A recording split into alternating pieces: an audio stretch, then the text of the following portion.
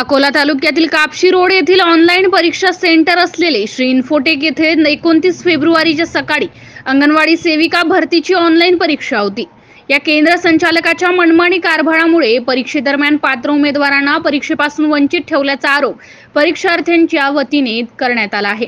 या संदर्भात प्राप्त माहितीनुसार सदर इन्फोटेक परीक्षा केंद्रावर अकोला येथील उन्नती राहुल जायभाय ही महिला अंगणवाडी सेविकेचा ऑनलाईन पेपर देण्यासाठी गेली होती। सदर महिलेच्या माहेरचं नाव उन्नती उत्तम गंगावणे असे आहे।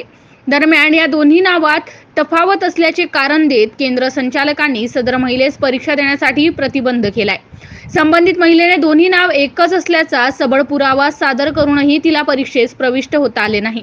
याबाबत सदर महिलेने पातूर पोलिसांकडे धाव घेऊन त्यांना या संदर्भात पूर्ण माहिती दिली, परंतु पोलिसांनीही याबाबत कोणतीच कार्यवाही केली नसल्याने अखेर अकोला जिल्हाधिकारी यांच्याकडे निवेदन सादर करण्यात आले आहे। MCN न्यूज मराठी करिता मंगेश चराटे, कापशी रोड।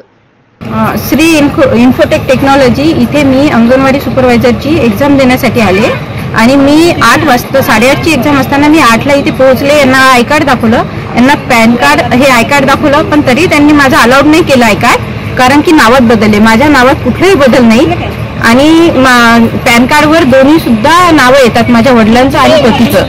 वडिलांचं नाव असून सुद्धा त्यांनी अलाउड केलं नाही, म्हणतात आम्हाला नाही पाहिजे। बरं, त्यांना मग मी नंतर हे विचारलं की मी तुम्हाला माझ्या पूर्ण नावाचं आय कार्ड आणून देते। त्यांनी आय कार्ड आणेपर्यंत त्यांनी मला घेतलं नाही सेंटरमध्ये आणि मला परीक्षेपासून वंचित केलं।